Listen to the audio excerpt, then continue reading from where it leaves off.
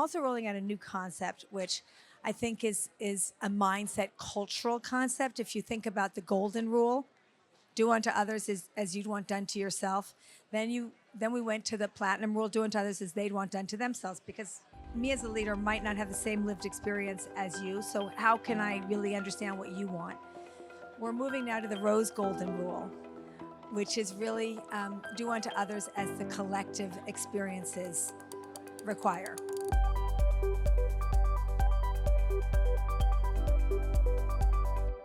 Joining me at the Speaker's Corner, powered by the New York Stock Exchange, is Shelley Zalis. She is the founder and CEO of the Female Quotient. Shelley, fantastic to talk with you. I've been so excited to have this conversation. Oh my God, I think this is like a highlight of my week. One of my top 5 highlights. Oh, thank you. So let me ask you about Possible. What excites you most about being here this year? First of all, the conference has grown exponentially, which is really amazing. But also, I love the concept of possibilities. And anything is possible if you want it. So just the name in and of itself sets a tone, a mindset, an openness of everyone here, being curious and wanting to meet new people, hear new ideas, go to the next level. So now let's talk about the Female Quotient. It continues to drive the equity conversation. So what's your top focus for 2025? When you think about equity, for us, we are in the business of equality, but we're really in the business of opportunity. And I think that's really what it's all about. I'd love to see 2025 be a year where we move from conversation to intentional action. That's how change happens. The World Economic Forum says it'll take 134 years to close the gender gap. 134 years. Where will you be?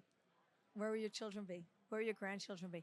And so for me, when you see numbers like that and people sitting around the table and nodding their head and just reading the words, that means they don't believe it's possible. And we say that we can flip it in 5.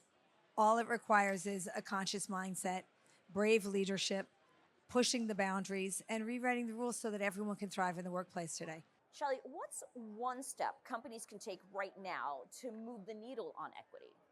Well, I think first, when you think about, the entire concept of the workplace, the collective minority is greater than the current majority. So if you design your workplace around life stages, caregiving, women of color, it will work for everyone. And so if you design for the collective minority, it will work for the current majority. Now, the Equality Lounge, it's become iconic. So tell me, how has it evolved and what impact are you most proud of? When I started the Female Quotient, it started really as a moment where I wanted women to connect with other women at big industry conferences, support one another. Once we hit 6 million plus women across 30 industries, 100 countries, it became a movement. And truly this electrifying, energizing movement for change. And it's not complicated. Change is around consciousness. Change is choice. And so it's time for transformation, because when you think about the rules of the workplace, they were written over 100 years ago by men because women weren't in the workplace. And we never got rid of the junk in the trunk. And it's time to truly look forward for the modern workplace and build it. And we create it together. And that's really what I think needs to happen now. Now, Gen Z is pushing for change. How is their voice shaping the future of work and culture? Gen Z, you can't put anything past them. They're all about transparency and truth, but they also are, don't tell me what you're going to do, show me. Show me, show me, show me, and ensure that I will have work-life balance, even though there's no such thing as balance, work-life integration, that I will have flexibility, and that our values are aligned. And that's what Gen Z is looking for, value alignment, purpose, and they want to love what they do. And so I think that they are going to future-proof our leadership by ensuring we truly are transparent and true to our word. Okay, and finally, Shelley, what's your biggest insight that you've taken away from your journey toward workplace equality? I talk a lot about conscious leaders. So many people say, oh, we need male allies. We don't need male allies. We need leadership allies. If you're in a position of power, use it and pull everybody up. And so I think we are in a very important transformative moment right now. People say, oh, it's unconscious or unconscious bias. If you say unconscious, you're conscious. Once you're conscious, you have a choice. Do you want to wait and watch for 134 years to your workplace evolve by itself?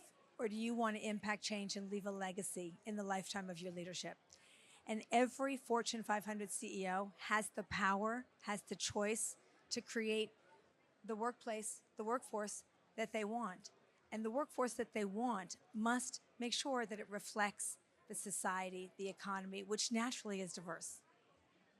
So it's actually, if you look at the global goals, the 17 global goals, global goal 5, gender equality, is the only global goal a Fortune 500 CEO can achieve in the lifetime of their leadership. They can't fix climate. They can't fix hunger. They can't fix education. But they can control the dynamics and the destiny of their corporation.